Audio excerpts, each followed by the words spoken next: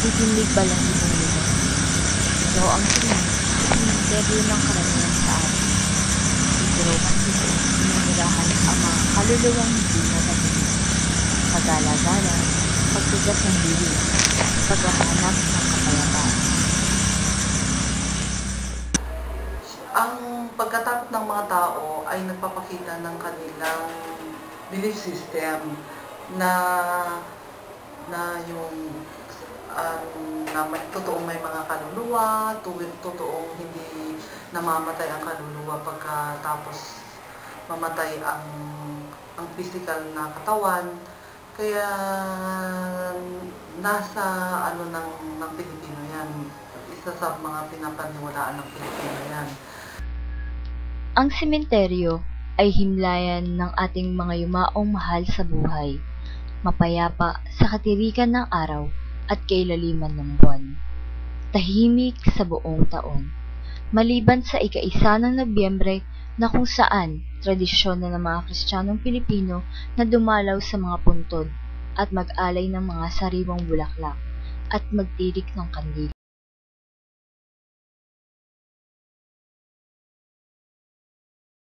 At syempre, mag-alay ng panalangin.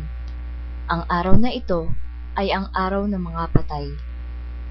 Hindi rin mawawala ang kaugaliang pinaghahandaan din ito ng puspusan na tulad ng ibang okasyon dito sa Pilipinas. Andiyan ang paglilinis sa mga puntod, mabusising pagtatanim ng mga halamang namumulaklak, Bermuda grass at iba pang halaman.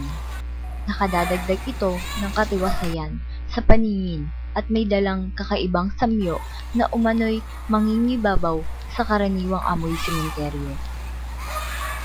Ito ay culture din yan, mga pag-aalay din yan, kahit saan siguro, kung noong buhay yung namatay, inaalayan naman natin ng bulaklak, just to say, mahal namin sila, we care for them, pero kahit na namatay nila, minsan ito na lang yung expression nung grief or minsan gratefulness. Minsan we cry para sa, not for the namatay but for ourselves. Ngunit ang tanong, sino nga ba ang gumagawa sa mga bagay na ito? Sino ang naglilinis, nagtatanim at nangangalaga sa mga puntod na hindi nababantayan ng mga kamag-anak sa natitirang 364 na araw ng taon? Sino rin ba ang naglilibing sa mga yumao? Ang kasagutan sa tanong na ito ay ang mga sepulturero o kilala bilang bantay libingan na halaw sa nobelang Noli Me Tangere ni Dr. Jose Rizal. Hindi lingid sa ating kaalaman ang mga kwentong nababalot sa mas karaniwan at mas pampublikong sementeryo, kaya ating tingnan ang mukha ng ibang sementeryo. Dito sa Muñoz, Nueva Ecija, sa Muñoz Memorial Garden, makikilala ang isang Mang Frankie Gaspar. Ipinanganak noong ika-14 ng Agosto, 1967. Maglalabing-5 taon na siyang sepulturero. Dito na siya naninirahan sa loob mismo ng sementeryo kasama ang pamilya. Aming napansin na palangiti si Manong, pero kung ano ang sayang iginawa niya sa amin, ganun din kalungkot ang pinagdaanan. Minsan siyang nangarap na maging sundalo. Bata pa lang, nakahiligan na niya ang paglalaro ng baril-barilan.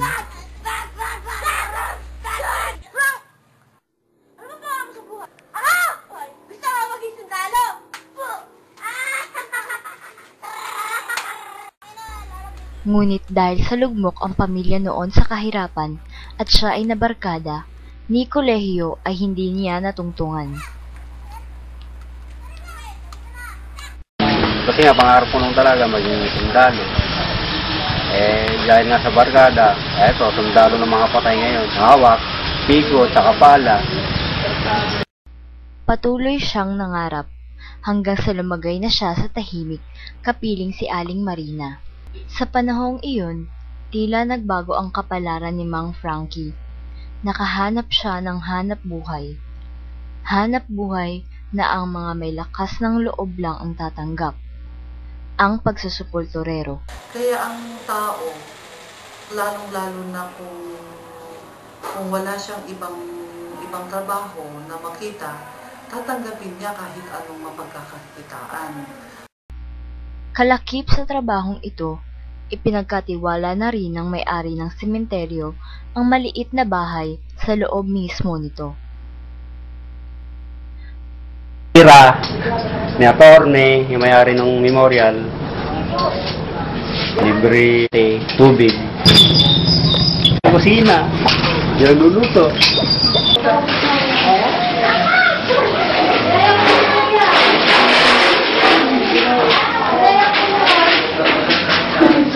Namin, mga bata. Mabilis nga lumipas ang panahon. Nabiyayaan sila ng 3 mga anak. Sila ay sina Joy, Mary Grace at Frankie Jr. Sila ay kasalukuyang nag-aaral.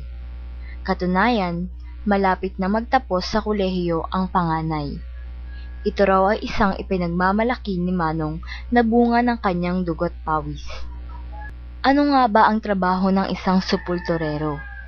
Amin siyang sinubaybayan sa kanyang mga gawain sa buong araw. Pagising sa umaga, tuloy siya sa paggawa ng concrete. Natawag nilang concrete wall. Ito, iniuukay sa loob, ginagawa. Ito yung lalagyan ng ataol. Hindi para makayari ka ng isang concrete wall na ganito tangke.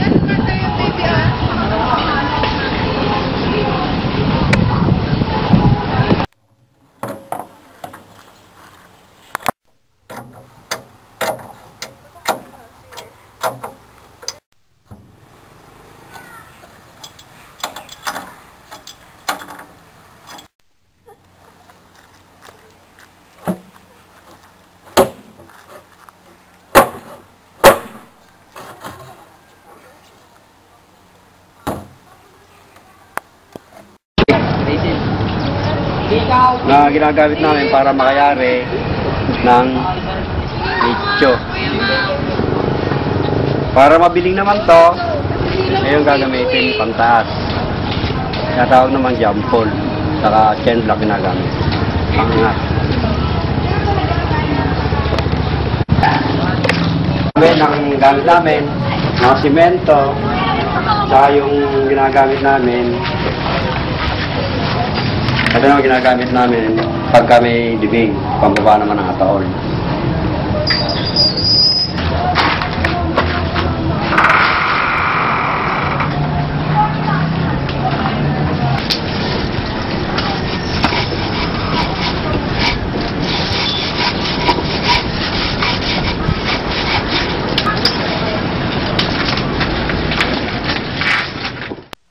Sa sapat na dami ng kanilang nagagawa, nagiging palaruan ito ng mga bata, pati ang buong sementeryo.